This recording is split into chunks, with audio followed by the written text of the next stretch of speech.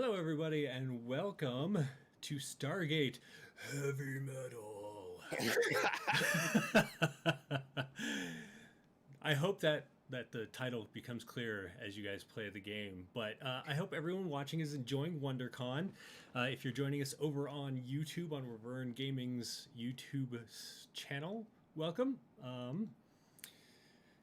Let's get started. So, as a little bit of background, this is a Stargate Phoenix game. So, coming from the new game by Wyvern Gaming, which was recently funded on Kickstarter, should be out here soon. Really looking forward to that coming out. It is based on the 5th edition rules for the world's most popular role playing game. And it takes, if you're a fan of Stargate, it takes you off world. The Stargate Phoenix site is on a planet that no one is allowed to know where it is because they are trying to keep it secret from the gold, the bad guys of this time in the Stargate Phoenix or the Stargate universe. So, before we get started, I want everyone to go around, introduce themselves and their character, and just say what your character role is in the team. Chaz, let's start with you. Why would you start with me? Okay. So Because you're on everyone, the my top name corner. is Chaz. So my name is Chaz, and I play a tier.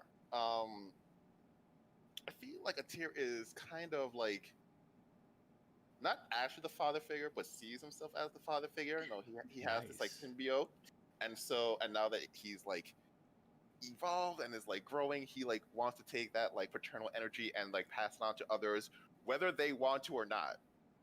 It's like, hey, would you like this coffee? Got a tier. Go guard. But coffee though, and then I'll guard. Fair enough. And just to clarify, a tier is a Jaffa, apostrophe. it really depends on who said it in the show. Yeah, And I'm we'll sure say we'll change it. throughout the. I want to say it like differently every time I say it, so I gotta like Right. have a list of the Jaffas with the symbiotes inside. Yeah, we could do a drinking game or something. Every Might time be I a change it, it's going to be a coffee drinking game. That's a little early.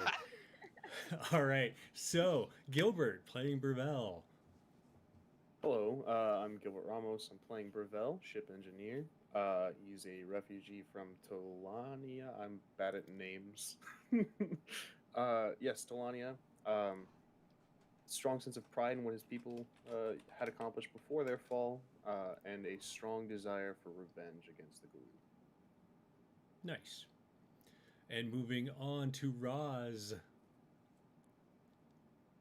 Hello, my name's Roz. I'm playing Kalera. I am a Turin, a worshiper of the great Tolrak, and my role on the team is the healer, spiritualist, teacher, and really motivated to learn and see other worlds. I'm currently on a pilgrimage, spreading the healing and the medicine that works so well for my people, and hope you guys like tree bark. And a little peace, love, and happiness goes a long way. And finally, last but not least, Allie. Hi, I'm Allie. I'm playing Lonnie, who is Kiloan. Sorry, I should have checked. I'm just trying to make sure I'm saying it right. Let me look. Oh, yeah, you have the Koloinen. Okay, good. Kiloan. I am an archaeologist.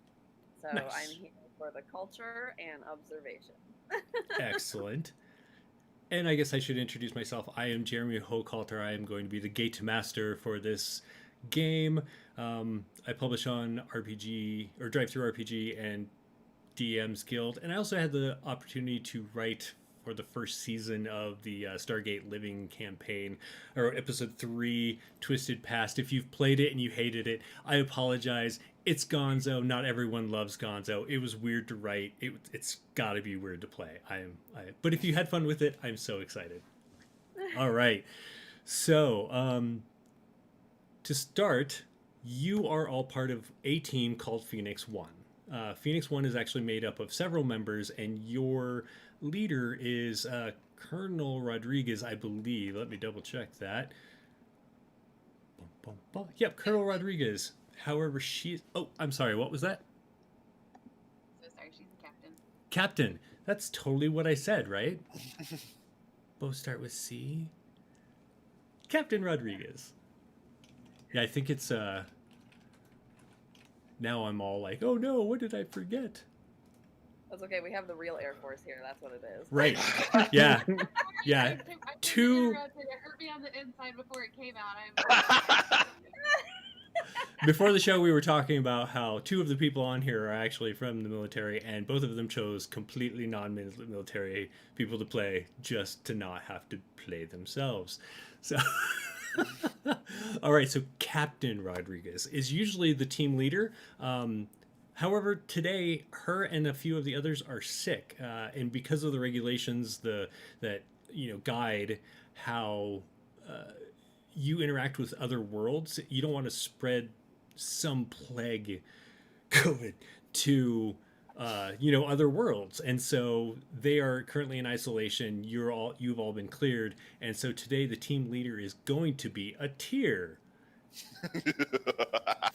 Funnily enough, with his fatherly figure energy going on there.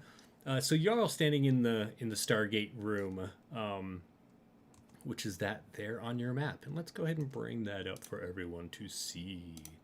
Meow. And you're waiting for the gate to be dialed, and you're thinking back over. Now I'm all like worried about ranks. Colonel lawyer? Major lawyer? It'll be fine. Crap. It'll be fine. I apologize. No. I should know these. Makes you feel any better, Jeremy. Captain is equivalent to Colonel in the Navy, so you were kind of right. It is. They are the only two. Yes. Yes. All right, so I'm pretty sure it's Major Lawyer is your commanding officer, and before you had a briefing with him, and he showed you some video from the M.A.L.P, which is the like motorized drone that goes through and has cameras and everything to make sure that the other side of the gate is safe for you. And so you went through, or like he goes through, and it shows you see what is an amazingly technological city. Like usually they go through and you see ruins or you see forest or whatever, and this is like one of the few times you've gone through, like you as a team, that you've seen the map go through and there be a city on the other side. So you're really excited for this. This is the opportunity for you to go and make first contact with a technologically advanced society, which may be a great boon to you in your fight against the Goa'uld. So as you're kind of getting amped up for this, you hear the gate begin to dial, and it's spinning around, and the chevrons are locking in, and then the event horizon explodes forward in that whoosh of what appears to almost look like water and bubbles, and then it comes back and creates this like pool over the front of the Stargate. Atir, you're up. Do you say anything, or are you just heading through? Today, we embark on a new journey, a new mission, where we can befriend and reinforce our battle against the Goa'uld. But I want everyone to remember one important thing. As we cross through, be careful and take care of yourselves. We can do this. All hands in. All hands in. Go Phoenix 1! Love it. Salute you. Yeah. Felt important.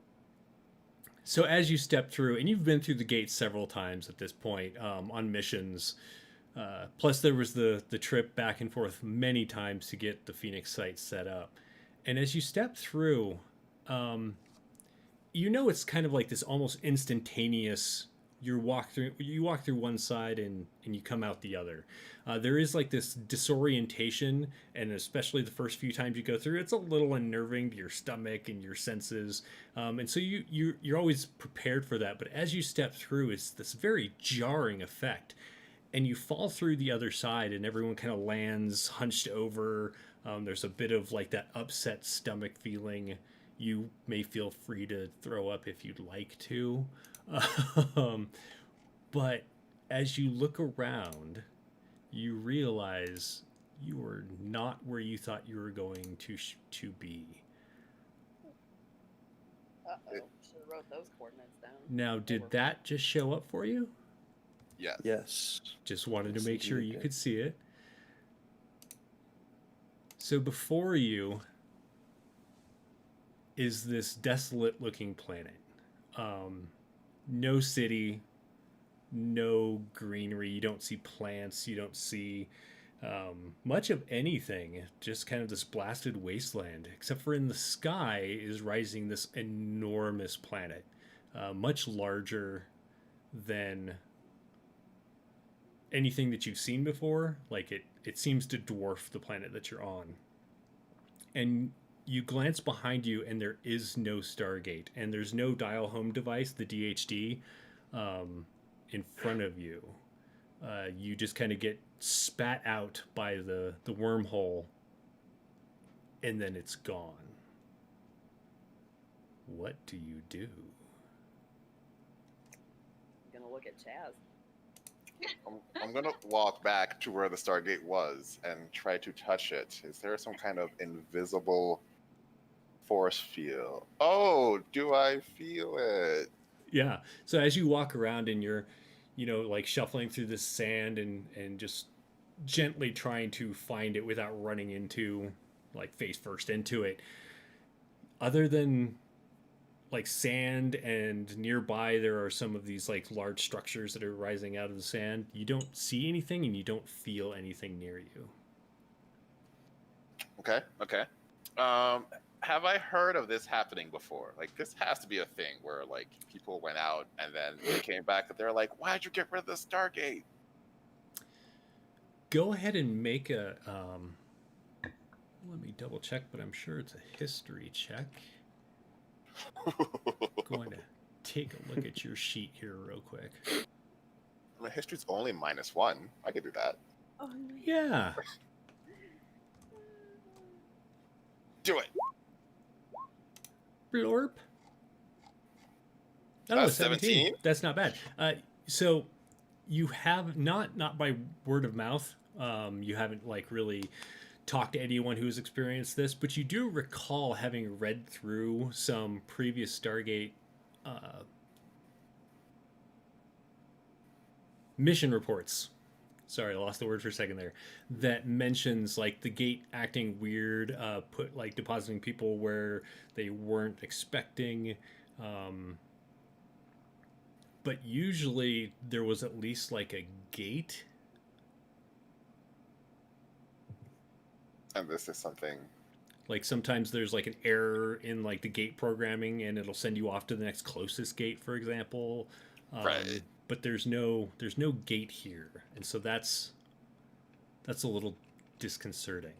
So then I'll tell my friends. So this has happened before, but not like this. So on the bright side, hey, we're trailblazers. On the negative side, we're trailblazers, and a lot of them like usually die if they're not prepared. But we are prepared. So let's get together and figure out what's going on. Yeah. And then while I'm saying this, on the inside, I'm like freaking out, but trying to do my best. We got this, and we are the best trained, and yeah, we can do this. We can make our home anywhere. We just have to be attuned to what we have, and we can make this work. Yes, tuned to the dirt. Yes, let me try that. And I'm gonna just stick my hands in the dirt, try to smell the air, and look around and see if I can like in tune anything about the nature or survival or something about where we are on this planet. Yeah, absolutely. Go ahead and do a survival check. Okay.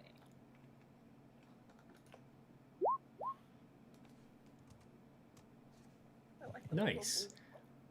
We're rolling so well. Right? Starting off Hey, strong, just so it can. Don't you jinx that before I get to roll.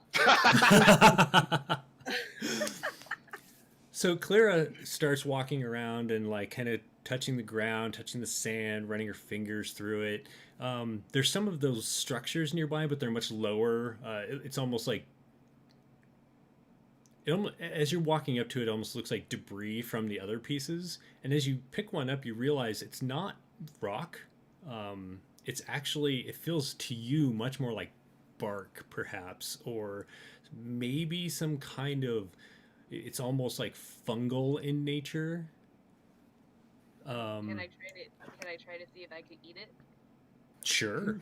Like smell it. So there, I know there's like a test for these things. You smell it, you rub it, and then you taste it. I'm gonna do whatever that investigative Yeah. process Okay. is, and then I'm gonna stop Think when it's it's a weird. fungus and you want to put it in your mouth. That's We what we've don't done. know unless we try, and I Okay, would rather learn from my friends so they don't Yeah. have to go through The this. archaeologist over here is gonna watch like this. I'm gonna describe it the whole Getting- time to Lonnie too. Lonnie, so this isn't. It's not the rock. This is I'll write it actually. It's organic. It smells earthy, and it feels, And then whenever I get my danger mojo, I'm gonna stop. But I'm gonna go all the way to eat it if I can. Okay, so you like touch it, rub it, you do all the things before tasting it. You're sniffing it. It smells a little, almost spicy. And when you go to Yeah. when you go to taste it, it's Uh-huh. it's a little too. It is a little barkish. So like trying to chew it is, it's not even like trying to eat a chip. It's rougher than that. So like the most horrid Dorito ever.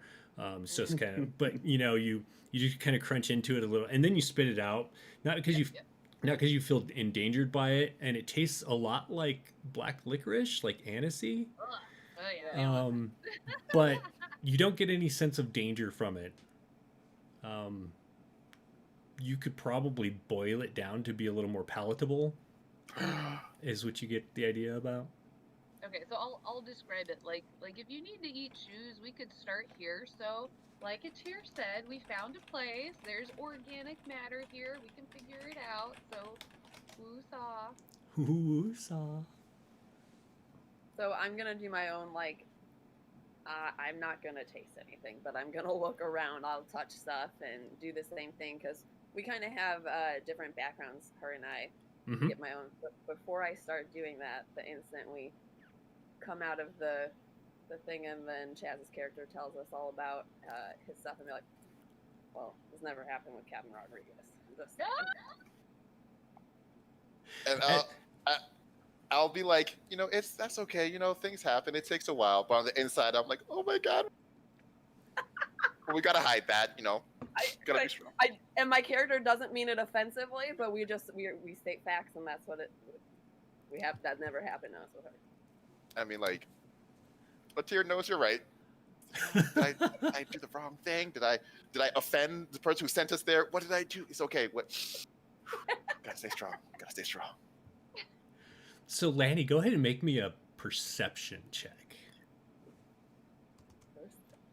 All right. Nice. So in the distance, you do see another structure. It is not quite the same as the others. Like it looks more constructed, more fabricated, rather than these like kind of growing columns of what are apparently some kind of plant or something. It is off in the distance. It's kind of hard to make out, but every so often you do see like a blinking light coming off of it. I'll point it out to the team. Okay. And Burvell, what are you doing?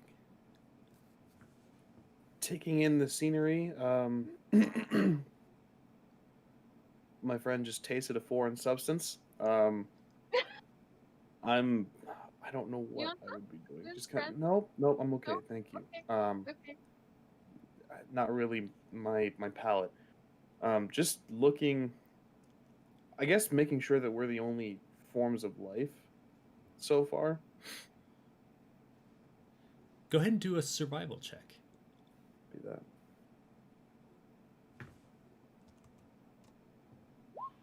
Wow. Nice. They're starting off super strong. Holy Right? So as Clara's like, rubbing around in the dirt and like getting a feel for the place, you do notice that over there it looks almost like there are some indentations as though people had walked through here, but it's been probably a while and like the sand has blown back over them. So you definitely feel like there have been people here at some point. It's really hard to tell how long ago though. Well, good news, everyone. Looks like there was people here. We don't know how long, of course. Looks like it's been a minute.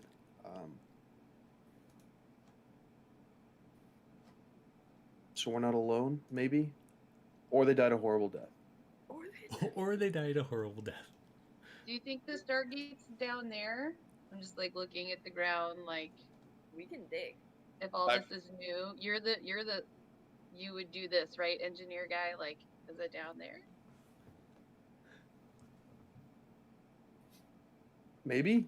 Again, it's a possibility of I'm gonna just start digging. sanctuary and safety. Yeah, help. Let's dig. Come out down there. That would And suck. look down. So whoever the first person is besides a tier to reach into their packs for their like little fold-out shovel, you also find the like little paper bag of like Chex Mix and travel snacks that a tier packed into your packs. Aw. Does it have a "I love you" note? I don't It know. has Does it? I believe in you note, because like I can't be all like fatherly figure, because I know that not everyone likes that, but I do be like, you're like the best archaeologist we have. I'm so happy you're coming with us. It's the picture of him too. Or I believe in you. I'm the whole excited. We'll save that. team together, and he's like, Yeah. Yes, yes. Like a very We're bad definitely Photoshop. right. We're- Love it. All right, so everyone starts digging around, and it doesn't take long to figure out that there probably isn't anything. There's some like root systems from where those like other versions of those weird growths were. But other than that, you don't find any. There's no technology. There's no items down here. Yeah, no. I think best bet is to follow the footprints, don't you think? You want to go to the city or the blinking light? Do the footprints lead to the blinking light? They do head off that direction.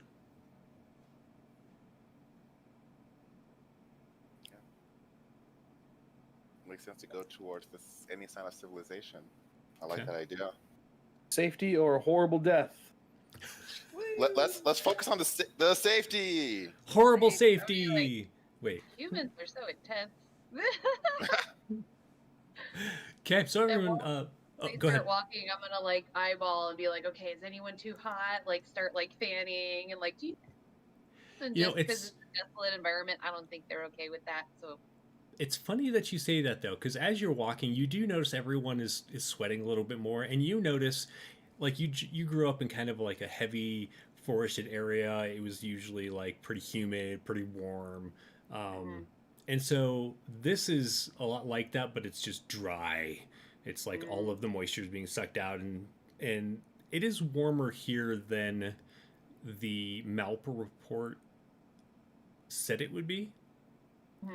So again, definitely not the same world or condition of the world that the M.A.L.P. Also, that is an important thing. The M.A.L.P is not there. So the M.A.L.P would have gone through, and you would have like followed it through, and then you would have sent it back. It is not there. I almost forgot that. But yeah, you do notice as everyone's walking along, everyone's starting to sweat. It's definitely warmer than you're used to. I'm gonna keep an eye on that, and then like if there's ever a point where I think it's like getting weird, I'm gonna be like, oh, I need a break. Why don't we just we'll just put our coats together and make some shade, and then I'll just have that like in my pocket. Nice. So it's getting near that. Like everyone's kind of starting to trudge as you get closer to that structure that's in the distance, but you manage to make it to the structure before you feel that it's kind of getting to be a danger for your healths. And as you walk up to it, it's actually many structures, and it looks like it's pretty. The first thing it reminds most of you of are the solar panels that are set outside the Phoenix site to like draw energy and everything. There's just hundreds of these solar panels that are circling this small tower that has the blinking light on it. And that's really all that's there. Ominous. Why I'm don't we gonna check run our around, waters? Did touch it. everybody have a drink of water before we do more things? I mean, Wait. I'm just so thirsty. If you haven't been, it sounds like a really good idea. Yeah. Definitely I'll drink stuff with some while I water. go over to the cellar. Get your tier peanut butter and jellies going, you know, just take a quick break. Lanny, what were you saying? I'm gonna drink water while I go over to look at all the structures. Okay. Are you gonna start with the what look like the solar panels? Yeah. Okay. So as you get up close to it, like they definitely have that look to them. Maybe the materials might be something else, but you definitely get the feeling that these are energy collectors. And even though it's like you see wire or like essentially what looks like a collection of wires that go down into the ground to come off of them, and then you get the feeling they're going off towards that tower. Like some of them aren't really all that well buried anymore. Like the sand has blown off of them over time. Does that tower look important? I'm gonna go over to the tower next. Sure. While she's heading that direction, what is everyone else doing? I will accompany her. Okay. Good to have an Clara. engineer. I'm probably gonna stick with the crowd, but like I'm not too worried about the technology. Who lived here before? Is there anything I can use for like resources and supplies to take with us? If we're stranded here forever, I think we could survive. We could post up in a tower. This would be fine. Like, I'm doing a lot of that. Okay. And a tier. I'm going to be focused on the potentiality of horrible death. So But not around, talking like, about it. No. Just Okay. like, Just to make sure. oh, if I see some like a potential horrible death, I'll just kind of stare someone away, like, oh, or like I'll stand on that side, like, oh, this might turn into a massive like killing machine, so I'll stand this way. Yeah. Go ahead and make a perception check. Excuse me. Are you good at that, a chair? With the dice roller today, it's not going to matter. Everything's going to be. At some point, it's going to be like a natural Right. one, and like at the most important time. Yep. Uh-huh. And there we go. Knew it. There. So, Achir, you look around and you're not really sure what all these panels are for, but really they don't look threatening. The tower has a door on it, but there are no battlements or anything. You feel completely safe here. I knew we had such a good team. We worked together, and we haven't solved it yet, but we're going to solve it. And I'll just kind of like high five anyone who will, and if no one will, I'll just high five myself. Let's go. And it does cross your mind that most of the time when Captain Rodriguez is leading a team and they run into a structure that looks like this, usually there are battlements on it. So maybe this time, because you're here to counteract what Lanny was saying to you earlier. Yeah, it's like, maybe I can do this. All right, so Lanny and Burvell, you end up reaching the tower, and there is like a door on it. You notice pretty quickly that the door is a little larger than you would expect for a human-sized person, rather than that kind of doors are what, like 7 feet, 6.5 feet, something like that. This one's closer to like 10. Oh shit. But it's a single like swinging door as opposed to like some kind of gateway or something that you expect a larger door to be. What do you do? Go knock on it. There's this hollow ring as you knock on it. The door's metal and it seems to kind of like echo on the other side. I don't think anyone's home, guys. Should we go in? Yeah, I think Let's so. do it. Safe Okay. from the sun. I'm all for it. So it looks like the door has like a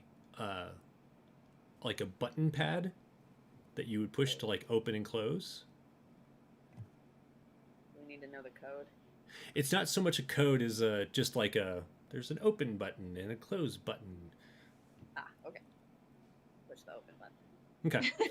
So you push the button, and there's obviously power. Like it goes and opens, and there's like this grinding noise, as like sand is like being ground down into the track, and you can tell that the door has been opened several times because there is sand on the other side of it, like that has poured through. Almost like you notice that the door is actually down into the sand a little bit, so it is like pushed up against the wind has blown it up against the building, and as you step through, I'm assuming. Okay. As you step through, you notice that the ground is harder on this side, almost like they cleared sand away, or maybe it's some kind of flooring. It's really hard to tell with the like bit of sand that's on it, but it looks like a very large chamber. And in the center, you see just dimly from the sunlight that's shining through, you see what looks like some kind of uh, mechanical contraption. It's hard to make out from here, though. Heading immediately for the mechanical contraption. Ooh, I know what this does. So, turning on a flashlight, are you going to try and look for the lights that are inside, or what's your plan as far as that goes? Don't think I have a flashlight. We'll say you all have flashlights if it's not on your. Then I will turn on a. Yeah, I do have a flashlight. Neat. Yay. I will turn a flashlight on. Okay. So as you shine it around, it looks like all of those wires, all of those like cables that come out of the solar panels outside, all converge in this room, and they all like feed into what looks like this large kind of cylindrical construction, and it reminds you very much of like that cylindrical construction looks very much like the Stargate. Like the Stargate, Lanny and Burvell definitely know this. Atir and Kulera might have been told this, but they're just like, okay, right? The Stargate's made out of a material called naquita, and this looks like that. I will make all of this known to my allies. Okay. Meanwhile, what are Atir and Kulera doing? Now, because of my misunderstanding of technology, I'll be like, good, can you just turn it on? Like knocking on it. Is this how? Can you just turn That's what it it on? sounds like. Your Yeah, belt? like, do we have to? Yeah. Should we move it? Do you roll it? Okay. So you two are looking around for like control panels, and what's Like, how Lanny doing? Verbally trying to get him to talk me through it, though. I'm just trying to participate. And what's Lanny doing? Does she go with Burvell, or does she go elsewhere? I'll probably go like towards with them, but so one of my background is a sleuth or a sleuth. I don't know how to say it. So what it is I'm really focused on uncovering secrets. Gotcha. So that's what that's my goal here. Is like I feel like this building looks secretive and there's some secret I must uncover. Okay, so I want Lanny to roll me an investigation check. And then we'll do like an everything. There we go. Nice. So we'll do like an everything kind of description here. Everyone, as you're walking around looking, you do end up finding some control panels. You're not totally sure what they do. But as Lanny is looking around, you start noticing there are like scorch marks as though from so like Atir has a Matok staff which shoots plasma beams, like blasts. It looks like energy weapons have been discharged at various locations around whatever this machine is. You're not 100% sure it works any longer because of that damage. And then, Lanny, as you're walking around, you find a pile of bones. So, I'm gonna keep the bones and the battle stuff a secret from Doctor and Engineer. Okay. And I'm gonna tell the new captain, like secretly like, hey, I want you to show me something about this note we have here from earlier, if you don't mind coming over here. Oh, sure. Like, that's the first time I'm like run over. And then, like, I don't want to alarm you, but those are bones. And if you look around, there's definitely been some sort of battle here. With my experience with the M.A.L.P, can I like see anything about the like placement of these energy blasts? Like, where do they come from? Perhaps there is a room that has a death android that shoots it from one direction. Gotcha. So you're looking for like active threats that are still remaining here, essentially. You said I'm looking specifically for where, if I could tell where most of these blasts came from. So where like was the like danger? Forensic science, when you backtrack the trajectory of the bullet. Right. Yeah, like there's a whole bunch of like blasts on this wall, so that means.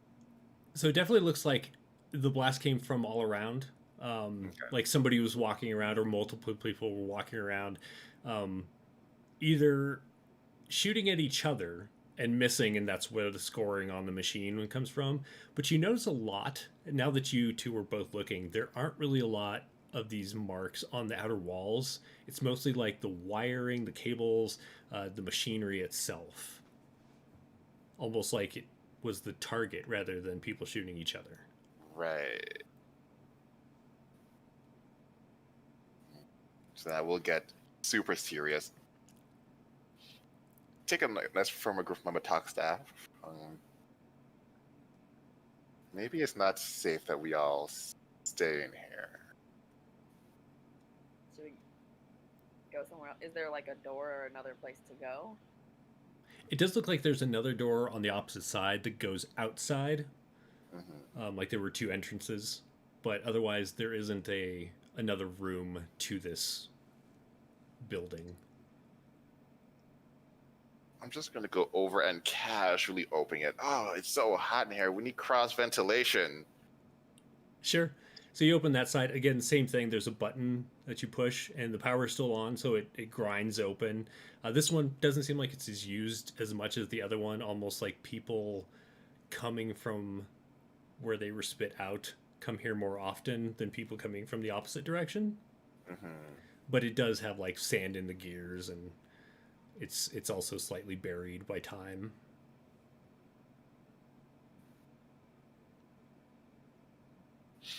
I'm going to go back to Lonnie. Okay. And ask, so these bones, can you tell if they're human bones? It is like, if you kind of just glance through them, even just like shining your light on them rather than touching them, it becomes pretty obvious that yes, they are humanoid bones. Like there's like a rib cage and there's a skull. That's definitely a humanoid skull. Whether or not they are like which subspecies of human or another one that you've never seen, you're not sure from a cursory glance. Can I go look in the bones? Like, I'm an elbow deep in these bones. Sure. And can I see damage on the skulls or on the bones at all? There are some scorch marks on the bones, which, again, people who get hit with M.A.L.P plasma bursts, like that, if that stuff goes deep enough, it can definitely scorch the bones.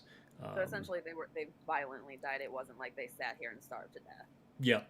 Yeah, violently died. And another thing you notice, there's no clothes, there's no gear, and they're kind of in a pile. So these bodies have been stripped of their goods, and time or whatever has removed the flesh. How old do they look? Go ahead and do I want to call that one a medicine check.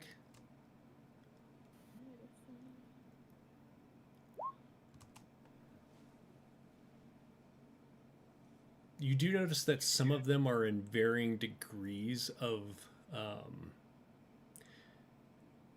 like that post decomposition whitening, like how they like it becomes more like brilliantly white and kind of like flakes. Some of them are fresher than that, but they're still probably years old. So they weren't all from the same time then. Correct. So I will tell Tyr. Maybe somebody just comes here to dump their bodies. Could be, yeah. As one does. Do we want to wait for that person? I mean, as far as I know, they have a pretty good kill record. So while you two are talking, let's go back over to the other two. Burvell and Kulera, what are you two doing? Walking her through the tech side of all this while I'm trying to sort things out, figure out the controls. You gonna start her up? So go ahead and make me let me look at Burvell over here real quick. An engineering check. Copy that. Excellent. Nice. So even though like some of the controls are obviously different and like they're not really using engineering that you personally have worked with, like it's pretty easy to figure out, oh, this button does this and this is what turns this on, and you quickly realize that nothing is working. Now theoretically, this should turn it on, and 3, 2...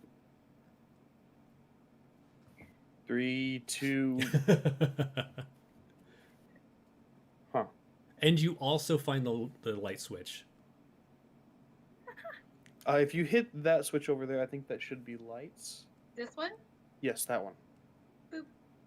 And as you Fantastic. turn it on, they start as like kind of this dim flash, and then it slowly rises over a few minutes. But the light just filters down from looks like recessed lighting in the ceiling, and everyone can see clearly now without having to see their flashlights. And Burvell and Claire, it's pretty obvious that there are some like blackened areas on this machine. It's not pristine, even though like the doors have kept out a lot of the sand.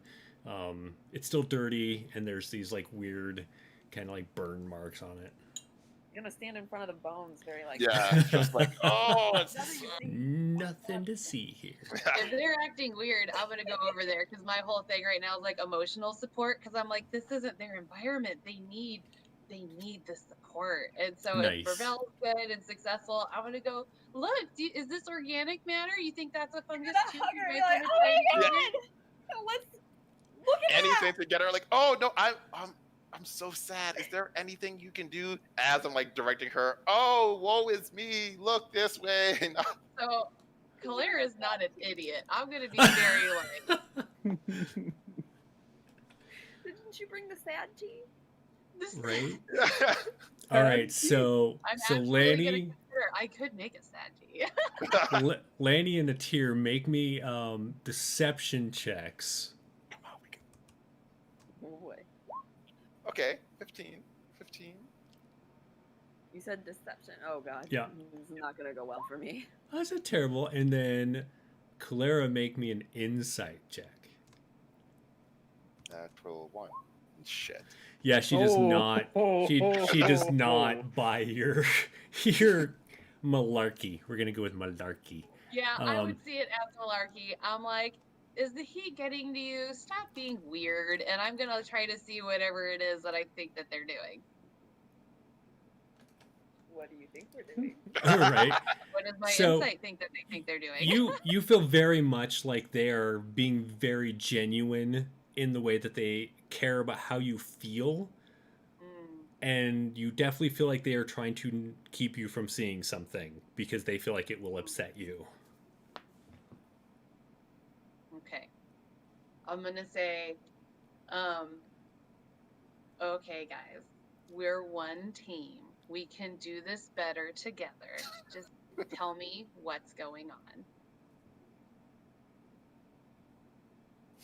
As they both just stand there and go, So, all right. The good news is, because we're all about good news, we found other people. Oh, that's great. The bad news is they did not fare exceedingly well, and I will slowly reveal the bones. Oh, I'm gonna go down. I'll be like, the great Tulak will take care of them. Don't worry. Everyone has their time. We just want to make sure our time is not today, though. Yeah. And like, if I have any kind of ceremony, Jeremy, I want to like do something to like honor the Sure. passing of these people. Absolutely. So Clara sits down for a while with the bones and silently, or not silently, but like quietly chants over them. Atir and Lanny, having failed keeping Clara from seeing that stuff, is there anything that you want to do over here, or do you want to leave her to it? Oh, it feels private. I'm definitely gonna leave her to her ritual. Okay. I've seen her do this. It takes a while. Okay. So Burvell is over inspecting the machine still. Is there anything that you want to do while they're doing that, Burvell, or are you just essentially trying to figure out what this thing does? Figuring out what it does, and then, if possible, labeling certain portions of it. Sure. So, and then oh yeah, go ahead. seeing a tier and not Kalira, Lenny. I'm sorry. Okay. Coming over, I'll just peek up from my work and just congratulations, Atir. You didn't lead us to a horrible death, so this is a step in the right direction. Take that as a win. Yeah. Yet. Yeah. What do you mean yet? No, not nothing. Archaeologists think of all the possibilities. It's fine. So what do we have here? I'm not quite sure. I don't know what the machine does. The controls seem similar to the Stargate ?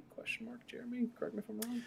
So the material that that central like cylinder is made out of is made from Naquita, which is the same stuff, but you don't feel like it is a Stargate. You don't feel like it has anything to do with like wormhole travel or whatever.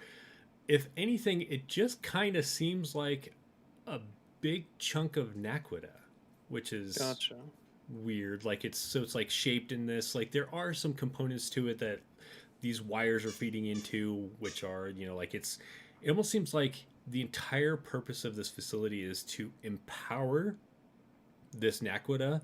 And like having investigated around the edge and everything, you get the feeling it actually goes down below you quite a ways. Like there's like a big cylinder structure of Naquita that feeds into the crust of the world. So there is Naquita in this machine. It doesn't seem like Stargate or travel of any sort, but it looks like it's a power supply or a to channel power. Not quite sure. There's something below us though, something further that I would need to look at to get a better feel for what this does. Do you know how to make a Stargate? Building one from scratch would be nearly impossible, especially given the materials. So Theoretically, what, yes. What's that? So like 2 hours maybe? No. 2 centuries. Atir, you get inspiration.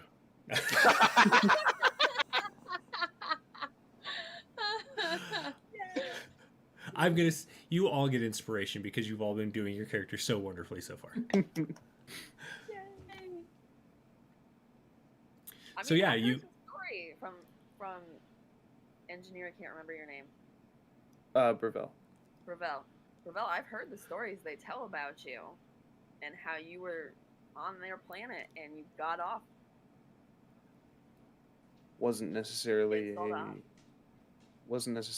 a heroic escape, more of a rescue while under debris. But we're kind of trapped. We might need you to redo that. Yeah, reliving all good memories. What do you need? I'll get my notebook out. What do you need to make this dream a reality? To see the rest of the machine, which again would be below us. All right, let's go down. Yeah, I want to look for anything that leads down, whether it be inside or outside, anything that I can like down. Sure. While they're doing that, Clara is doing her ritual. So the three of you start looking around for hatches, doors, something that goes down into, and you do end up finding like these like lift up grates that you can then climb down, and it looks like that circles around and goes down deeper around this like Naquita core. But Atir, while you're like circling around it, like trying to find all of the entrances through that second door that you left, like that you opened to get the air to go through. If you have me kill all my friends, Jeremy, I will never forgive you. Do it. Make him the asshole, Jeremy. Do it. Right? I'm gonna make a reference here that no one is gonna get unless they're watching Chaz's Wednesday game. But this black butterfly comes through the door. No, No. just kidding. Don't touch it. Until you hear it, and like it's so faint that you like hear it before you actually register it. Like you keep looking around for a few seconds, and then you realize you hear like plasma fire, like the Matok battle staff fire way in the distance, but you can hear it, and it's coming from that direction of the second door. Okay, so I know this is an area that I can come back to. I want to immediately go back, like hurrying to see if I can close that door. I don't know what closing that door will do, but just like, gotta close. Yeah, absolutely. Yeah, you just head over there and you push the button and it closes. Again, there's like that kind of grinding. It doesn't like just go like a. And then It's funny because now in hindsight I say that it was a swinging door. Swinging door. It's no longer a swinging door. The gate master has spoken. He goes and closes. And then I want to tell everyone, hey, so all this Matok fire. So I'm hearing it in the distance. There's evidence, like small evidence, but evidence that they're coming in this direction. Hence the bodies. So we need to be prepared for what is very likely going to happen. I'm gonna hide. Should we kill the lights? Yes. I'm gonna hide in a super unnoticeable place. So Clara, as a tier like is explaining this, you're like 3/4 of the way through your ritual, but you know that there's like that like the kind of like catch-all phrase that you can just say at the end if you need to move on. I would do that. Kalera is fairly wise and understands the danger part, so it'll be like, you know what? The great Tolrak knows you're here, and Amen. make it so. I don't know. That would be Right. nice. Engage. Wait, wrong show. Engage. And I'm gonna go, and I'm gonna emotionally support Lonnie. Okay. So Lonnie, are you gonna like You go? can't hide with me. That is how people find you. You have to get your own hiding place. Okay, I will, but it's gonna be like right next to her though. But wherever like an appropriate This place. is teamwork making the dream work right here. It is. Go find this your is own like- hiding space. No, This you is can't like- argue now. Now's not the time to argue. I That's might fine. hide in the bones. It's possible. Please, no. I'll gently body block. I need a vantage point. So there's Yes. definitely like you could either it depends on whether or not you want to hide from that door or if you just want to hide from everything in general. So like you could go down those like stairwells that lead down, or you could just like stand on the other side of this structure from that door. You know what I mean? Is your intention to be more hidden, or like I'm gonna be hiding but ready to jump out and attack? Ooh, good question. I don't know if I'd be ready to attack, but it's more like a hiding and observing first, not Observing. so I Okay. have to be able to see what's going on. Okay. And everyone else? So are we killing lights? Yes. Okay, killing lights, pulling the P90 out, R off the back, and you said I could hide behind the structure. Yeah, so there's like the Nakoda cylinder, and then there's like these essentially power boxes that come up and meet with it. So like as you walk around the perimeter of it, there's a lot of like hidey holes that you could go into, or you could just go underneath it.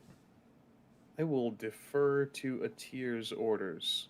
He is our Oh, pseudo captain. Our fearless leader. earning your inspirations. I like it.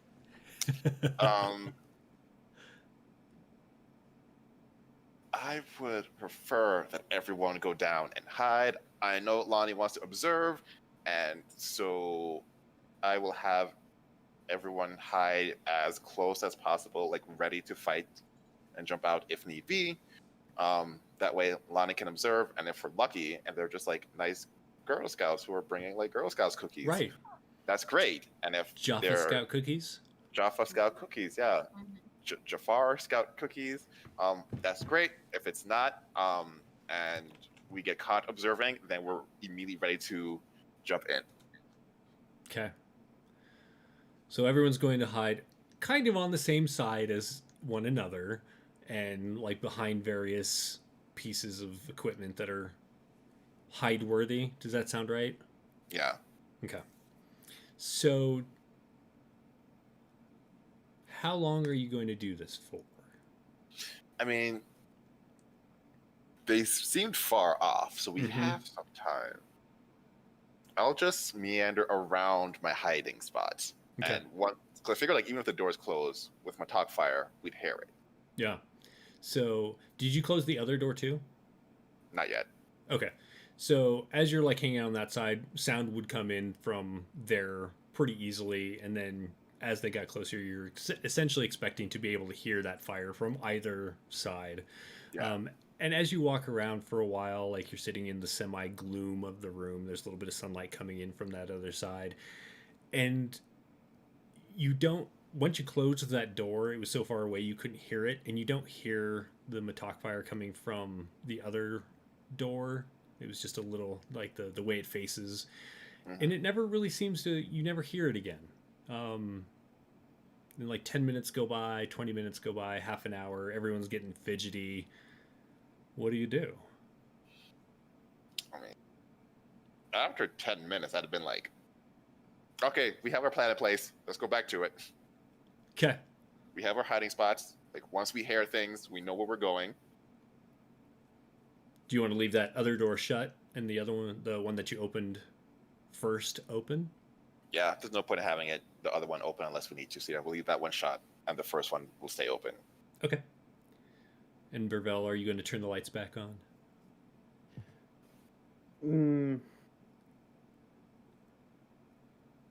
I'm split on the decision. I'll ask Atir, lights on or off, in case we wish to hide. The lights might be a signal that someone's been here, but without them, I'm sure our work will be delayed. Once they keep the lights on, as long as they keep firing, we should be able to hear them far enough out. And if we get caught with the lights on, then observing just won't be an option anymore. Does anybody know how to set traps? Or like, it doesn't have to be like a trap. I have bombs. Whoa, I didn't say bomb. I have bombs. We went from trap to like Die Hard. Right, that's not what I was going for. I just want like a little tripwire that goes. And what does it trip? The bomb. Okay, I didn't ask him. I'm gonna go with somebody else now. Oh. Love it. Who's the engineer? I need him to come. So yeah, if you want to like string some traps around, like the doorways, essentially, is that what you want? So just the Jingle bells. Sure. Jingle bells. Jingle bells. easy enough to do. Absolutely. So, your investigation of this machine over the next like couple of hours essentially shows that this structure is built here to empower this Naquita for some reason. You get the feeling that there is a decent sized pillar that goes down into the crust. Burvell, you have no idea. Like without there's some factors missing that you don't really know what this is for. Like Naquita is used for weapons. It's used for the Stargate. It's used to empower things. It like is an energy source for some things, like the Matok right, or the Matok staffs are actually powered on like liquid naquita. Um, why they are trying to empower it more, and this like idea of why did they disable it? Why did they shoot it with like some Jaffa, obviously, or somebody else with laser like plasma rifles shot this thing to the point that it doesn't really work anymore. So why did they do that? And so like these thoughts are crossing your mind as you're investigating. But that's really all you figure out from here. You don't find any other Does stuff. this look like I could repair it from here, or would I need to descend and dig deeper into the inner workings? So there was definitely like some damage done to the lower levels as well, but you get the feeling that over time, it's really a matter of like getting replacement parts. You might be able to fabricate enough to make it work, but you're not really sure there's enough like raw material here to do so. Gotcha. I will let Atir know this. So, would you like to go down? Maybe we could go back down below, see what we can see down there. So you've investigated all of that, and Oh, okay. yeah. I'm not sure what the next step is. This is an enigma, and to be quite honest, it's frustrating. This is something that I don't know what it's for, but it's got naquita in it, and as I'm sure you know, it can be used for weapons, the Stargate, all sorts of things. So this could be our key home, or it could be a horrible death. So here's a question for you then. Is it possible that this is what drew us through the Stargate, like this massive energy? It very well might be. There's no way of knowing for sure, though. So what you're saying is we should set up for a long stay as we figure out what's going on, because it's either we stay here and use this to attempt to get home, or we go out into the wilderness some more with the people with the plasma. We could attempt to repair this ourselves, and it will take some time. Or we could try and, this is going to sound very foolish, seek out those people. Maybe they clearly knew what was going on here. So they disabled it for a reason. I'm not sure why, but maybe they aren't hostile to or toward other life. Maybe they're just overly cautious. We'll have to see them at some point. Based on what you're telling me, this is not going to be a quick trip, and they tend to come in, it seems like. Not very often, but they do show up every once in a while. And it's best to garner good relations early on rather than be found out as sneak thieves later on. You know, you got your killing stick. Pull the P90. All right, I think we're ready to do some diplomacy. So while they're just discussing diplomacy, what are Clara and Lanny doing?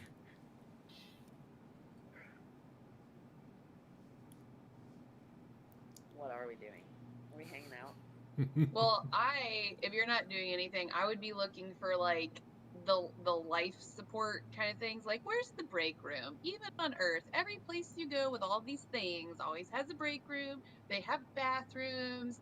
I'm gonna be looking for like, did someone leave some notes somewhere? Is there food we can salvage? Like, I'm gonna be looking at that stuff. Yeah. So I'll follow you around. looking for those things, it becomes fairly obvious that this place was not designed for any of that. So it wasn't designed to have people residing at, even like as a work shift.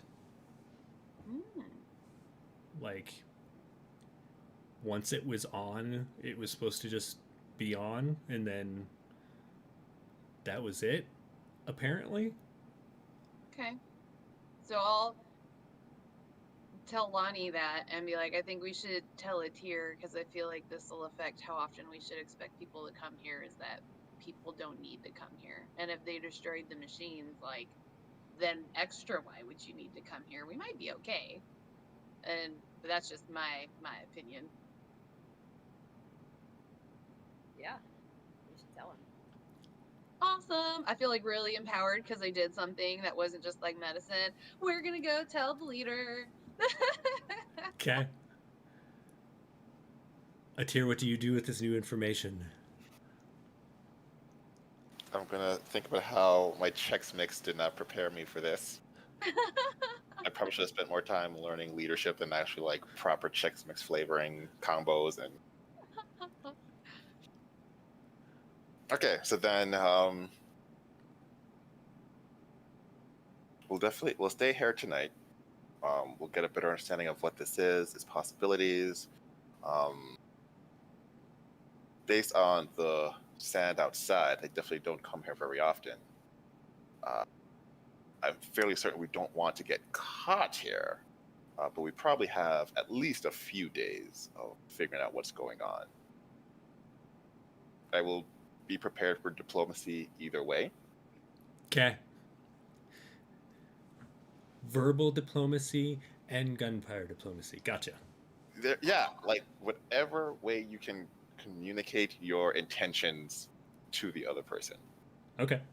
Is there any loose naquadah around? Like, there's the pillar, the big cylinder bit. Right. Is there any like little shunted off bits or like pick stones that are able to be carried?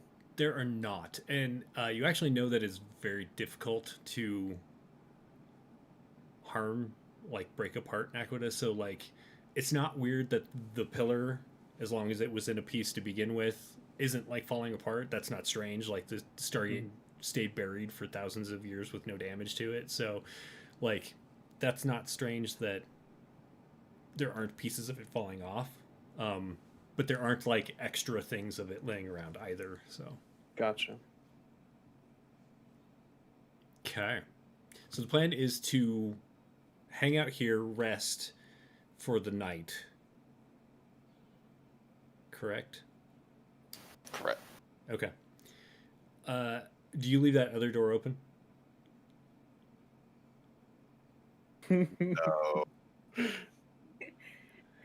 So you're kind of like hanging out, trying to figure out when to sleep because it's not getting any darker out. But like you've been here for several hours, and so you all decide to start your rest cycle and everything. And so whoever decides to rest first, while the other one or two are on guard. But whoever goes to shut the door, like you notice that planet is like overhead. And the sky itself, like it's this really faint blue, almost like that on Earth when like it's dusk and everything is starting to fade off, and you can see stars, but it's not quite black yet, and it's not quite blue yet. Everything around that planet looks like that, and you don't see the sun in the sky. This is all probably reflected light off of that planet back onto where you are, and it does look like that planet is starting to reach a point where it's starting to turn to night. Like you can see its night side as you're orbiting around it. So the sun will probably be in the sky soon. Does that make sense? So you're not really sure how long till night shows up where you are. So everyone rests. Nothing shows up to attack you in your sleep. Sorry. And when you all wake, it's still light out. Although the light has shifted, it's a little more glary now that the sun has come up on the other side, and you're getting a bit of reflected light off of the planet, which is now over on the other horizon.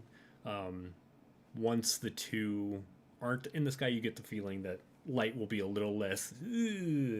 But you all have like eye protection and such, so you don't have to worry about sand blindness. What do you want to do?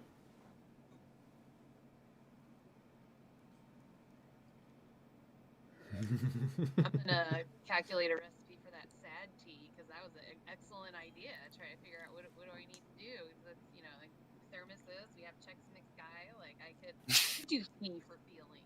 Yeah, absolutely. Definitely jotting that down. Everyone else, do you want to hang out here or do you want to go and investigate? Waiting to investigate with allies. I feel like didn't we investigate this whole place already? No. I mean, like leave and investigate. Are you? Oh, Do you want to just sit here and wait for help to show up, or? I don't know. I'm ready to leave and investigate. Okay. If we can't figure out what we need to do here, then we'll have to take a small team of all 4 of us. I mean, definitely no team larger than this. Not necessary. I mean, yeah, like larger than that would just be irresponsible. But Yeah. like I think 4 is a solid number. Okay. Diplomacy. Hooray! All right, so everyone heads out. Are you heading the opposite direction than when you came? I'm assuming. Yeah, But- I guess towards the fire.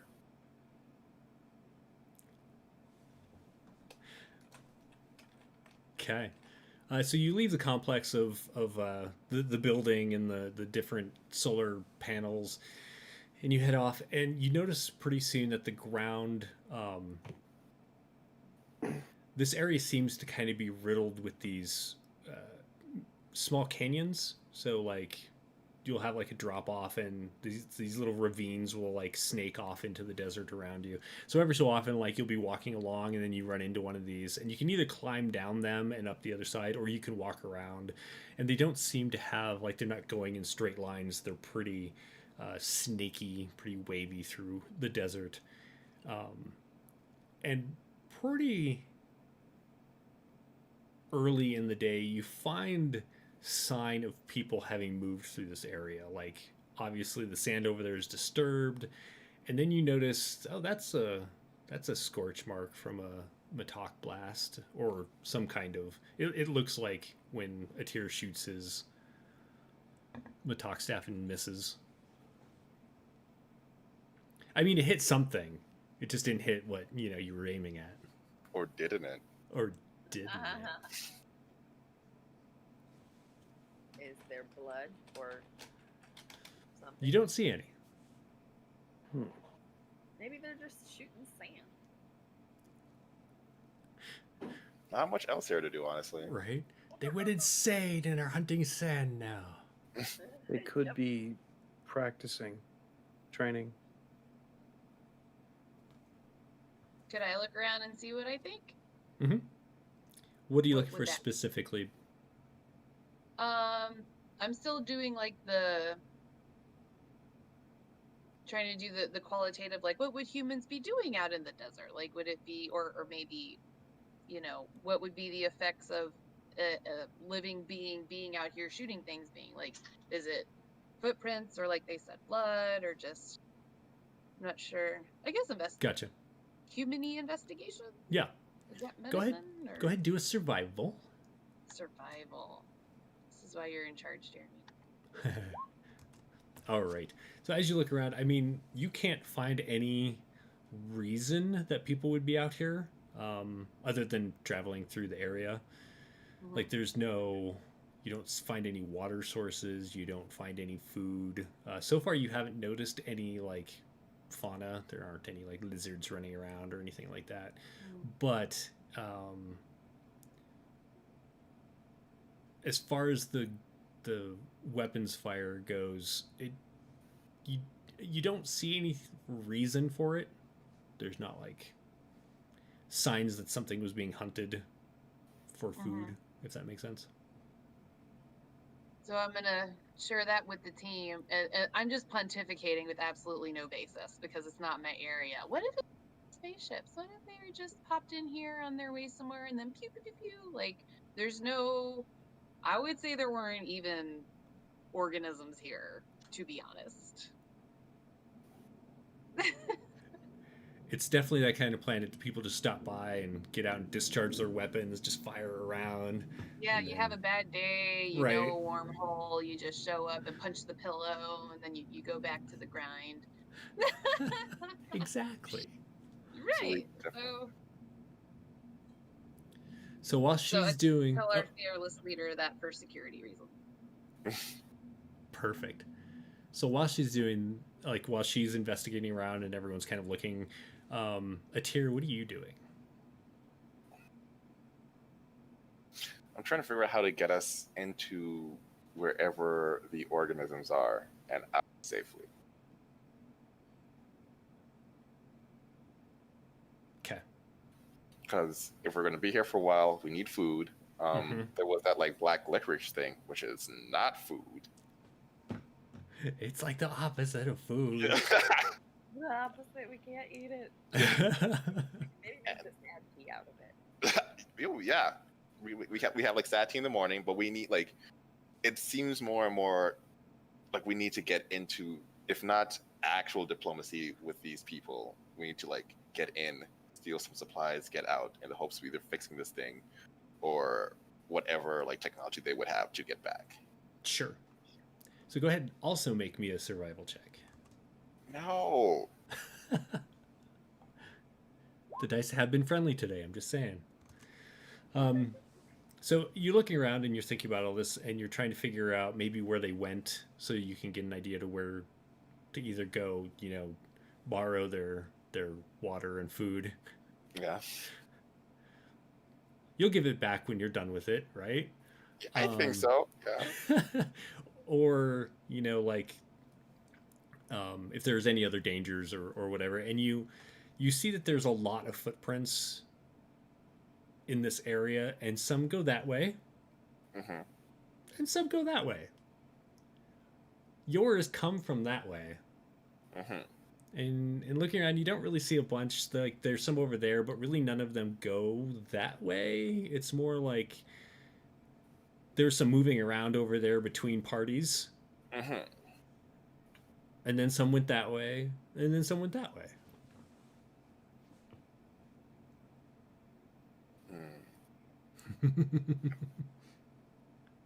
I will delegate to Kulera because I learned that delegation is a sign of a good leader, and Kulera is.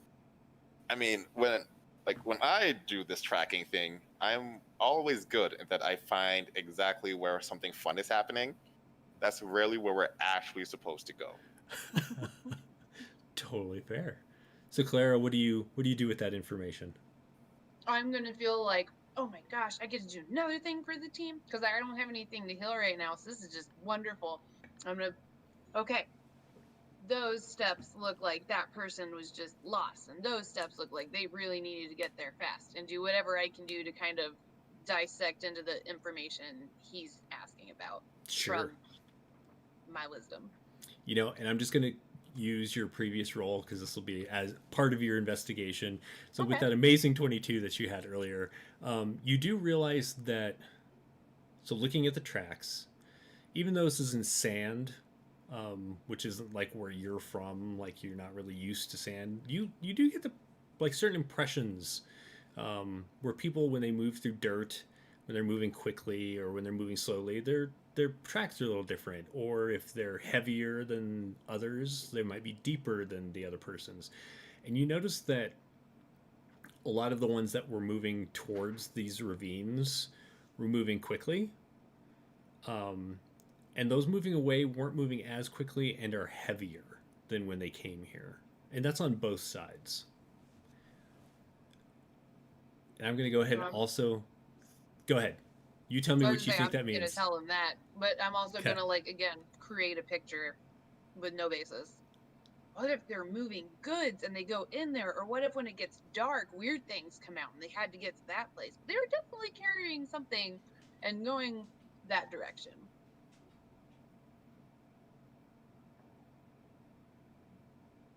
Mm-hmm. Mm-hmm. I'm gonna ask Lonnie what she thinks because Lonnie has always proven smarter than me.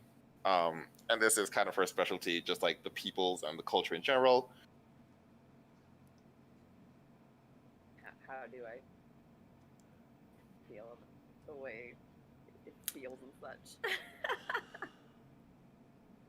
What Clara said makes good sense. Like, they definitely came in and carried stuff out. The idea that there are nocturnal animals here would probably make sense since you haven't seen like things moving around in the day. Yeah, everything she said makes sense. You don't really get dark. you don't really get a sense of which direction is better. It seems like two groups of people came in and then left in opposite directions, both carrying something. We should go left. All right. Okay, everyone good with going left? I'm like agreeing, but looking around like, which way's left? Is it? They're not even looking at each other. Okay, I'm going. It doesn't matter, but curious. That's awesome.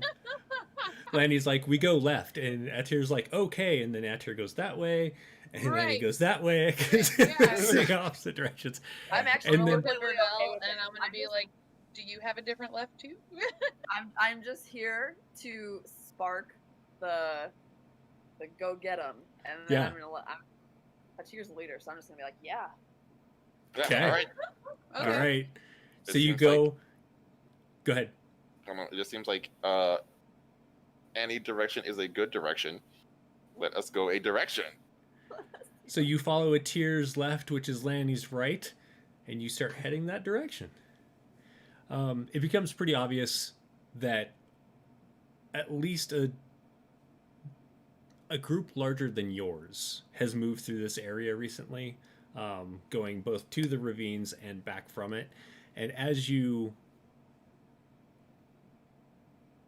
travel, you begin to notice more tracks that, definitely a person went off that way, almost like a scout on both directions. And excuse me, it takes you a bit of time, a couple hours of traveling and like climbing these dunes and going all over. And as you reach the crest of a dune, the sun is just like glaring down from the sky, but the other planet is gone, and so the light isn't quite as weird, but it's glaring down the sky, and you just like step over and you get this face full of reflected sunlight off of what looks like a glass dome, like the Epcot Center. Yeah. And there's like definitely like a complex. You like immediately notice it's not like a hidden thing. The glow, like the dome is definitely damaged. There's like large chunks of glass broken out.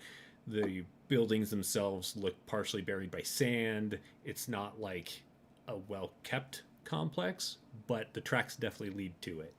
And you can notice movement down by the buildings. Do we notice any large rocket launcher type of things to the side? Like, are you talking like turrets, like weapon turrets, or are you talking like space rocket? We're gonna escape the planet. Turrets, like Okay. if you come within 100 feet. You do not see any turrets on the ground. No. Go ahead and make me a perception check though, and you can do a group one. So everyone can roll that, and we'll take the best average.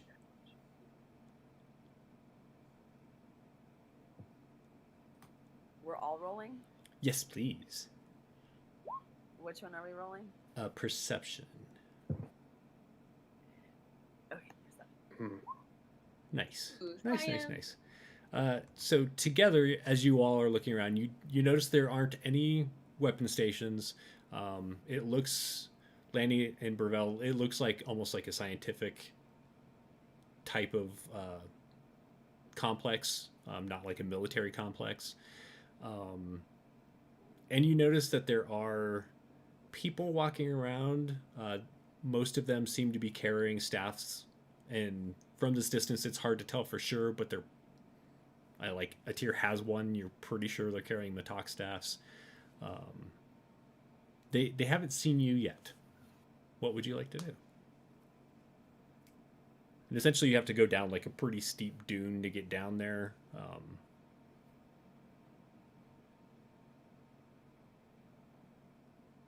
So we have some options. Fearless leader. are you all good at sneaking? Do you want to sneak in? Do you think we can successfully sneak in? Because if we can't successfully, then we just gotta be up front. Not Are we really a sneaker, but I could try. I'm relatively okay at sneaking. And you all notice as you're looking down, like the way the sand has moved the dune and everything, you could technically walk a longer way around and come in lower, so you're not like coming down this like pretty obvious descent into this like small complex. You might be able to sneak that way easier than the where you're at. I'll point that one out for health reasons. Like, let's not get down there with like broken legs. Like you could definitely see that people have gone this way, so there's not like necessarily danger, but if you're trying to sneak, that's probably not the way to do it, because you're gonna like be out in the open. So Well, I was gonna say, how does Atir feel about sending some people in through the front door and getting the feel for things, and having other people sneak in case things go horribly wrong? That's what he was thinking. Because they could just be super welcoming people. Like, oh my god, we have new friends. Check out our poker night. We need some more people. So, if that's the case, I'll go to the front door because I'm much more better at The speaking. Mm-hmm. Yes, more better at the face-to-face speaking than the sneaky. I will also go to the front door. I will. You and the doctor are gonna sneak around. Right? I'm gonna have my own like theme music. Like, let's go. Da-da-da. okay, so just to clarify, Atir's going to the front door. And like, we don't have to sneak. I'm just gonna put that out there. We could just all like wing it. Kind of sounds exciting now. Like, Okay, yeah. We have Sneak Team 6 and the pizza deliverers. We're going with the friendship. You all are going to sneak in, get the goods. We're all going to meet back here at when that place is over there. I mean, you have watches. You could. They're set to like, you know. I still feel like Atir would have done Phoenix that. Though. I time. felt like that was true to Right? character. That is completely fair, and I revoke my statement. Wait, but as a scientist, I will then say we could also synchronize our watch. Yes, I like that. Love it. Okay, and who's going with Atir? Just so I'm. Okay. So Kulera and Breville are gonna head down the long way and sneak around, and Lania and Atir are going to head down the steeper area that's still probably safe to go in the front door. Okay. I'm okay with rolling. If it's safer to like get, you know how we roll down grass hills? Right. I'm okay with that. Or you could just get out. You have like a tarp or something, I think, in your pack. You just pull out the tarp and just ride it down like a sled. Yep. That sounds so It's fun. much safer than walking. It really Right. is. And if you're gonna make an entrance that looks friendly, wouldn't that be it? We have to kind of distract so that they can go. Like, people will be like, "Who are these crazy people sledding down the sand dune?" And that's how the sneaking comes in. Yeah. Okay, so Breville and Kulera both do a sneak check for me. Stealth. With advantage? With advantage. Oh, thank God. Oh, that wasn't too bad. Nice. Okay. Nice. There we go. Let's go, Breville. All right, so essentially they go down to the other side of the dune. Like, it's kind of one of those dunes that angles up and then drops off. And so you just step down a few steps and you're out of sight from the complex, and you just head off in that direction. You feel like you're being extraordinarily sneaky. Like, Clara's even just like running your fingers through the sand. You're like, just be one with the sand. Yeah. And Breville, you're kind of expecting it to be more noisy that she's doing that, but yet it doesn't seem that way. Like, it seems like it's helping. Yeah, just trying to be tactical and like, what? Right? How are you doing that? Here, you need some too. Yep, Sprinkle. sprinkle it on No, It's no. the magical fairy dust of the Sand land. glitter. Or desert glitter, yeah. Meanwhile, Atir and Lanny, so you two, are you going on one tarp, or like you tobogganing it, or are you each doing your own tarp? I think we should do our own chart so we could like Oh, do like nice. tricks and stuff. Yeah. Okay, to be I fair, am not tactical. I'm athletic though. I will say I am athletic, but I'm not Say- tactical. Neither to be am I. fair, if there's going to be stunts, we're gonna call them stunts, or decorational tobogganing, you're gonna have to do either an acrobatics or an athletics check. Athletics check. Oh god. I hope I don't fall on my face. Oh, Nice. Oh, you did great. you did great. Yeah, I'm the one who's So like, wait, slow down. yeah. So Atir, you got that Motok staff, and you're like trying to hold on to it because there wasn't really a good way to like stow it while you're sitting. It's just weird. And so you got it under one arm, and you're trying to steer. And like when you go, are you left-handed or right-handed? Right-handed, you know. Yeah. So when you go left, it's a little awkward because you're trying to like go up, and so you don't really get that. It's more like rather than doing this, you're doing this. And so he starts like zooming off to the right, and Lanny's just like, "Oh no, you didn't!" And she just, like steers around him on the way down, and it really is beautiful if you're watching it from the ground. And in fact, you hear shouting coming from ahead, and Atir, it's like really obvious. Like you hear Jaffa shouting, like Jaffa 3, and which means attention. And then like people start running over. Nice shouting or angry shouting? Insight check. Okay.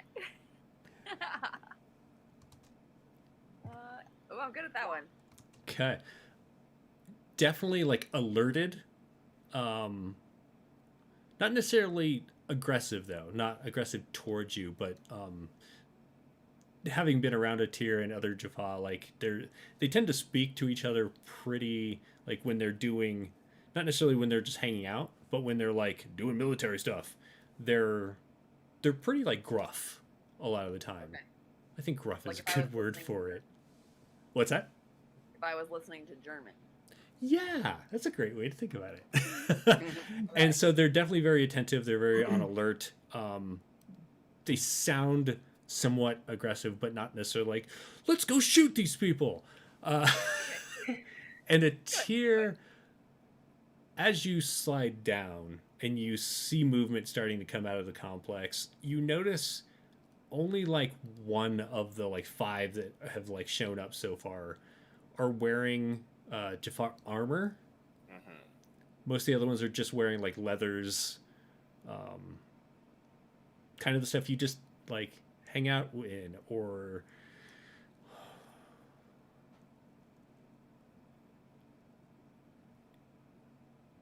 even though you haven't been a super active part for very long of the Jaffa rebellion, Mm-hmm. you know that like this is kind of how the rebellion dresses.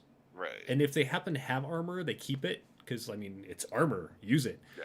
But like if they don't have armor, they don't go out and like try and get armor necessarily. Like they are trying to leave that like behind them. So, but at the same time, having it is useful. Right. So, however you want to think about that as you glide to the bottom. I have to fix my hair, so I'm going to use the gliding use.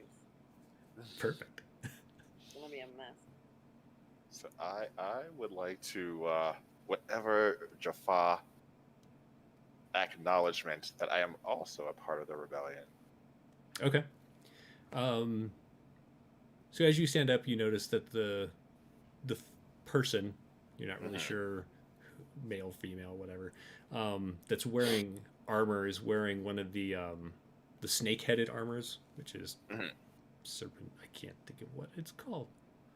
And the helmet like shifts back to reveal their face, and they're all looking at you.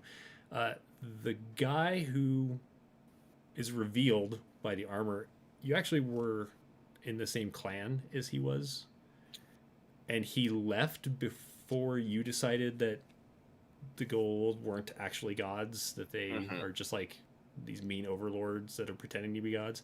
He defected before you, and you actually have been hunting him for like several years. So it's a little awkward for you. You don't know if he knows you've been hunting him, but like while you were still uh, While I was still like go right, go, he I was, was hunt. yeah, he was Chauvin. He was just like obviously like traitor, deserter. So you don't know how he feels about you, but you have this like weird. You were actually right, but for the longest time, I thought you were a traitor. Right, Feeling like- go through you.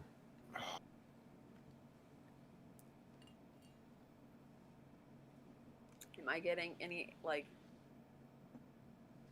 insight to the situation, or like can I feel any of the awkwardness? And Yeah. Sure. Ooh, this is. If a tier thinks so, I'm then gonna be real obviously. awkward about this. Yeah, I'm being like super awkward because I'm like, you were Okay. right, and I want to thank you, but I did try to kill you on multiple occasions, and I'm not sure saying you were right covers that, and I'm not really sure how to come. And I don't want to bring up that you were like I tried to kill you because maybe you don't know, and that might like fix it. But if you like become friends, like there's a lot of things, and a tear's like, I can't just hit this, can I? And his name is Retak, just so you know. Retake. Retak. So I guess I'll start off as unawkward as possible. Retak, how are you doing? Ah, Tyr. I am surprised to see you here. And with this Tauri, what did you I don't know how he would say. Did you get the hell out of Dodge? No. I did. I work, or I serve the Stargate now. Or Stargate. Interesting. And it is through the Choppa Eye that you came here. Yes, though not on purpose. That is the same way we arrived. I was hoping you had come with a Hatak or some kind of vessel to remove us from this planet. Come, bring your Tauri friend with you. Do I know anything about this culture and how they say hi and all of that kind of stuff? Absolutely, yeah. How do they say hi? Is it a handshake? Is it a hug? Is it a salute? Is it... How can I make this as awkward as possible? No, yeah, you could say hi. Yeah, you could just say hi. It's fine. Oh, okay. There's no handshake or anything to get in the club. Yeah, there's no secret handshake. I have this story that my anthropology teacher told me a long time ago that I feel like I could tell you all, but it would eat up time, so I'm not going to. After hours. Okay. So yeah, you say hi and like the others nod. Atir, you notice that like of the 5, Retak has like a Motok staff, 2 others have Motok staffs, and then 2 have Zat guns, which are like little pistols like things that also run on Aquila. So like they're obviously armed. Right. Can I do an inside check to see if he really is like, yes, welcome, or if he's like, welcome, so I can just bop you on the head? Absolutely. Roll away. Gonna get little bunny poo food. You're right. We're best friends. Little bunny foo foo. Yeah, so you don't feel like he is being non-legit. All right, works for me. You do notice that like the others who you don't know are not necessarily giving you the stink eye, but they're watching you closely, and they all stay prepared with their weapons. Like they're not aiming them at you once you have your conversation with Retak, but they're definitely like keeping kind of like that mid range where it's really easy just to drop and shoot you, or whap you with the other end. Low ready, fellas. Right. So while Atir and Lanny are following them into the complex, Burvel and Clara, you make it down to the far side, and you do notice, like, over there, there's definitely like a Jaffa with a staff weapon that's, it looks like they're keeping watch kind of in your direction. So you're still gonna have to like be sneaky, but you're not like coming down the billboard of "Here I am." What do you do? What were we supposed to do, Burvell? Like, when we get there, what do we do? Sneak. Okay. So that's checked off. Yep. Then what? Cover. I Oh, believe. good. Yeah, I believe that we were meant to be a sneak in, make sure that everything's okay for their end, if possible, or if not peaceful, then we would be the surprise attack. So we may have the responsibility of saving our friends. Surprise piece or surprise attack. Got it. Correct. Do we see our allies at all, or are we? Yeah, as you're like essentially arriving at that point, you can see them walk off out of your vision, accompanied by some other Jaffa. Now, they're entering into the complex itself. Doesn't look too hostile. I'm not sure if Atir intended us to stay outside or to join him. Well, if they went inside and they didn't look like they were prisoners, maybe we can just go inside too. You know, they did say it was a possibility. Everybody was friendly here. We just didn't know. Perhaps. What do you say? Give them the benefit of the doubt? Yeah, if it didn't look like they were being shot at or prisoners, let's do it. It's always good to let the hippie be in charge. Absolutely. This is how we respond. We had 2 steps, and that's it. By Done. your We're lead, then, successful. Kalira. All right, so you're not going to sneak in. You're gonna just walk in and be like, "We're Nope, here." We're gonna walk up. Notably, the P90's away, but I am gonna I always think Beretta holsters just have the little click button thing. The flip. Fair so enough. Just Beretta at the ready, just in case. Okay. And I am aware how I look. So I'm gonna like capitalize on that and continue my sand dance as we approach. Just enjoying the environment. I can get on board here. You know, just try to disarm the situation. Okay. So yeah, as you walk up, you're heading towards that guard that you saw. I'm following. I'm too busy Kalira. dancing. I'm following the engineer. Where are we going? You two are just walking, just wandering the desert, right? Burvell's like, I'm gonna. I have a job right now. My job is to not get us killed by doing what I do. So I need you to. Then I will lead Sand Dancer down to the Right. guard that we saw. So essentially, it takes about half of the trip for Burvell to realize that even though he was following Kalera, after a short distance, Kalera will then like shift and like, so then he's trying to follow her over here, and he's just like, why aren't we going just straight at it? But like he thinks that he's going after her, and so there's obviously a plan. And then as the guard starts walking out and shouting at you, you're just like, we're following each other. Okay. And Kalera's just all down with it because you were still getting there. The journey is the important part. It is about the journey, not the destination. Right. And so you meet in the middle with this Jaffa guard who has the staff weapon pointing at you, and he's like, "Who are you? What are you doing here?" That's not necessary. We're here with our friends who you just let enter. I have a lot of culture. Can I try to culture him? Can you tell me what that means? So I'm a long traveler on a pilgrimage of meeting people and learning things and sharing.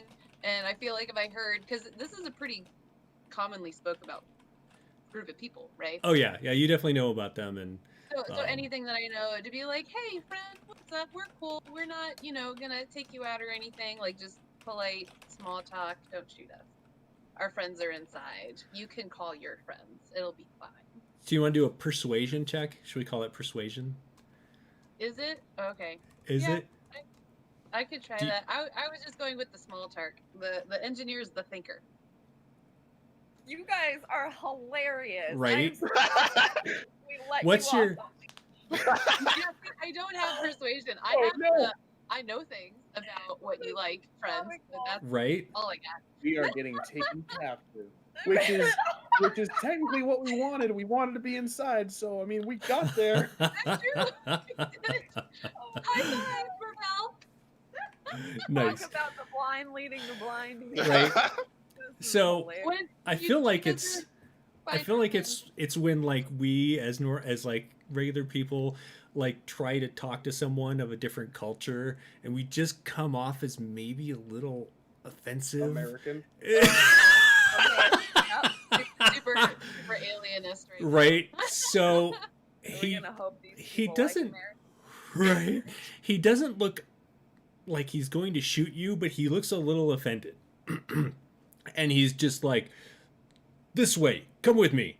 But he doesn't like do it and come with me, I'm going to lead you. Come with me in the way that I'm going to point you in this direction and walk you this way with my gun at your back. That kind of. And he's going to essentially try and get you to go into the complex of buildings as long as you don't run away or try and fight. Perfect. Excellent glad work, this Clara. works, man. Very, I was yeah, a very little well worried. done. No, very well done. You spoke Great, very, okay. very. And our new friend can find our friends, so they should be in here. We just want to go in the other side. So whoever you talk to. Chad, you let this happen. You let this happen. Did I let this happen? Yes. Did I know this was also going to happen? Also, probably yes. This is comical. This is exactly what happened. These two people went off in the real world. The hippie and engineer. Yeah, but we would have a great time though. Oh, without a Are doubt. having fantastic time. All right, so around the same time, like Kulera and Burvell are like about a minute later arriving in this like kind of little square area, like little common area of these buildings. And several other Jaffa step out of like buildings just to look to see what's going on. Many of them aren't armed, although they like, when it comes to a tiers group, everyone's just kind of like walking and being chill and not I'ma shoot you kind of stances. And so none of them like run back in to get their weapons. But the like few that see, Clara and Burvell, many of them will then like they'll all go back in and get their weapons and follow the guy who's leading you. Clearly so an when you- entourage. Yeah, I so when you know. all meet up, you're actually both with about the same size groups.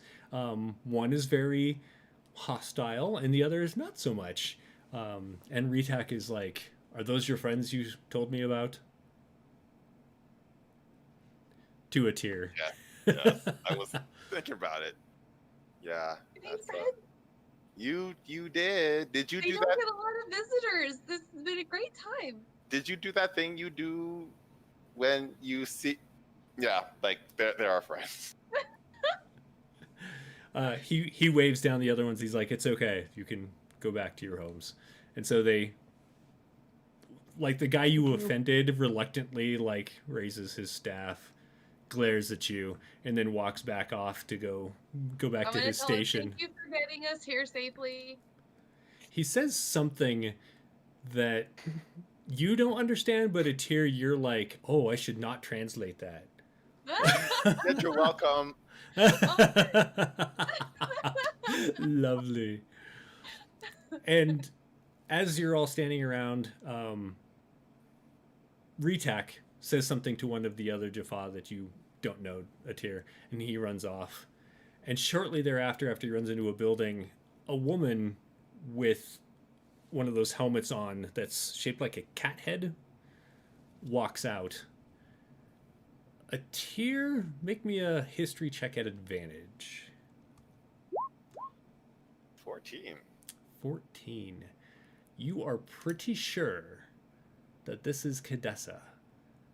Cadessa was a Bast warrior of some renown, and when she defected and became a rebel, it was a big deal. Like, sent ripples throughout the Jaffa nation. And she was like instrumental in like so many raids against the Gold. Like, there were raids on like Naquita deliveries that you were doing, and like, so you've like personally been hit by her raids before. And then she disappeared. Like, the Gold said they killed her, but this woman is very much alive in front of you. I want to like fanboy and oh my god, and try to remember like should I bow? Should I like be strong? I don't do. Oh my. She definitely, in the hierarchy, she was definitely above you. Like, she was in some elite level stuff. Yeah. So you have that like maybe instinct to defer to her for sure, whereas the others around you are pretty much on your level. There's this like weird like flashback of you just wanting to like almost throw yourself at her feet, but not quite. I'll like keep trying to decide if I should bow. Like, should I bow lower? No, we're good.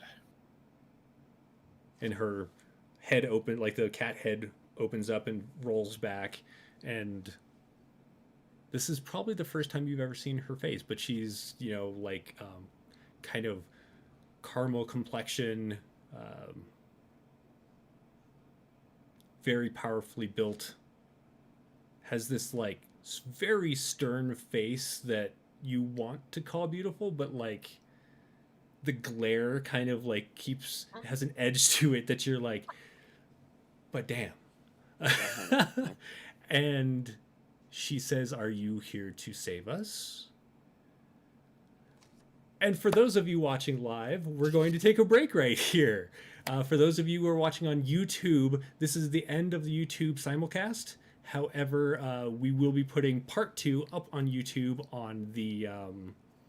I'll check with Wolverine Gaming to see if they want to put it up on their channel as well, but it'll definitely be on the WH Publications, or if you search for it, Wanderers Haven Publications on YouTube, it'll be up on my channel this weekend, so you can catch part 2.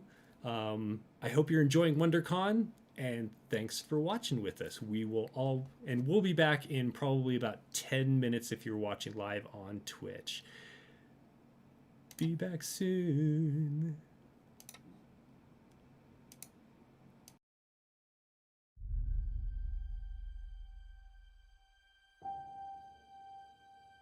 You've come from all over the galaxy.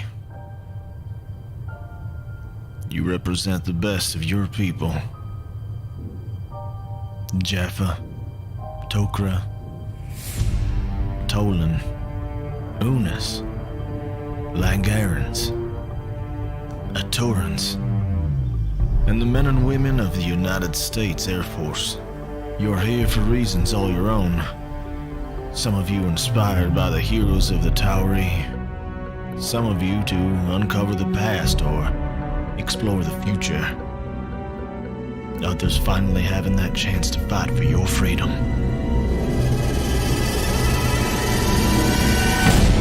Whoever you were, why ever you're here, that's behind you now.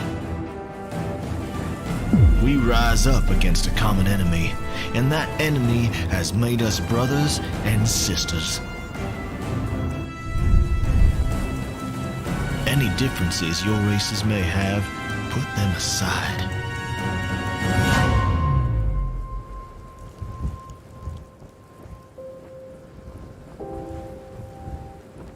You're all members in Stargate Command, and you are Phoenix.